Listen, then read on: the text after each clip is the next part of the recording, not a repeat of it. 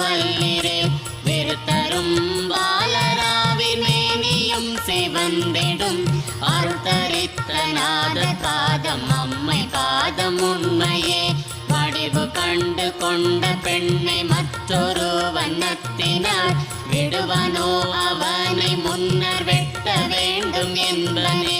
நடுவன் வந்தழைத்த போது நாரும் இந்த நல்லுடல் சுடலை மட்டும் கொண்டு போய்